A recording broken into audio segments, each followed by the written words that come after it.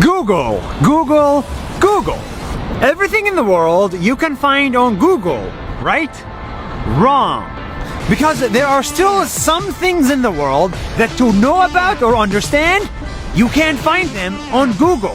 That's why I went on a trip around the world to the country of Turkey, Senegal, United States, and Cyprus to find people and places that I could not see on Google. And that journey starts in a remote village in Turkey.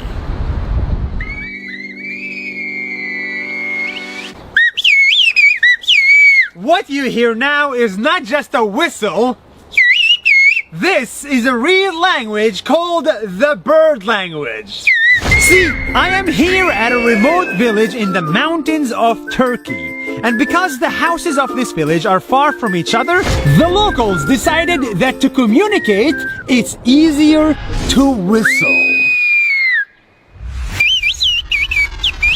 This village has developed a new language that has over 250 unique words that is taught at schools to kids and that's been around for over 500 years.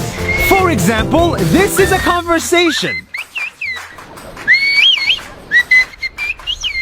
And these conversations can happen over a 2.5 kilometer distance. In a world full of languages, the most beautiful ones seem to belong to the birds. That's 1 minute!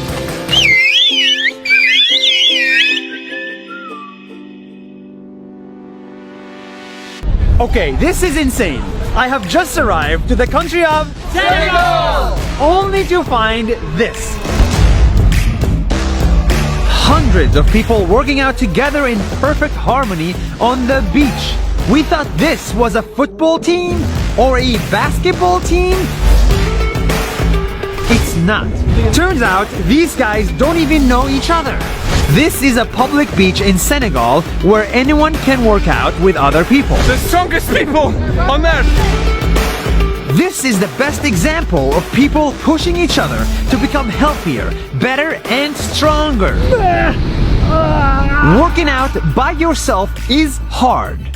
But when you have hundreds of people pushing you to be better, you become better yourself.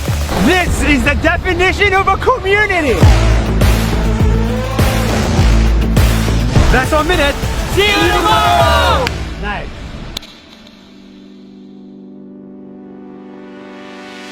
This is an American passport. It's powerful, it's amazing. If you are an American, no one can mess with you. I want this passport and many people in the world do, because this comes with the American dream. But I have just arrived to a place where people have the citizenship but not the dream. This is a community in Puerto Rico that was struck by a hurricane 6 months ago. And until now, these guys have no electricity, no rooftops, no cell service, and some don't even have clean water. These are American citizens who have served their country, that are now living on car batteries, basic water filters, ice coolers, and patience. This is not a conservative versus liberal. This is not a Republican versus Democrat. This is an American issue. If a country is as strong as its most vulnerable members, then how strong is an American citizenship? That's 1 minute. See you tomorrow. Meet Fethi and Yanis. Hi. We are almost killing each other. This is the incredible story of Fethi and Yanis, who almost killed each other without even knowing each other. 44 years ago, Yanis served in the Greek army, and on his last day in the army, he was called to battle. And in that battle, Yanis was shot in the head by Fethi in the Turkish army. I thought I killed him, but I survived. Yanis went to the hospital and lived, and 34 years later, he wrote about his story in a book. That book made its way to Fethi, and to his surprise, the same guy he shot was alive. He called up Yanis asking for forgiveness, and Yanis forgave him. Political conflict in Cyprus made these two guys fight in a war, but now they're fighting for something better. Peace. That's 1 minute. See you tomorrow. At the end of the day, a language in Turkey, a community in Puerto Rico, a beach in Senegal, and a friendship in Cyprus are all amazing things that you can't just find on Google. Because the world is bigger than a search engine.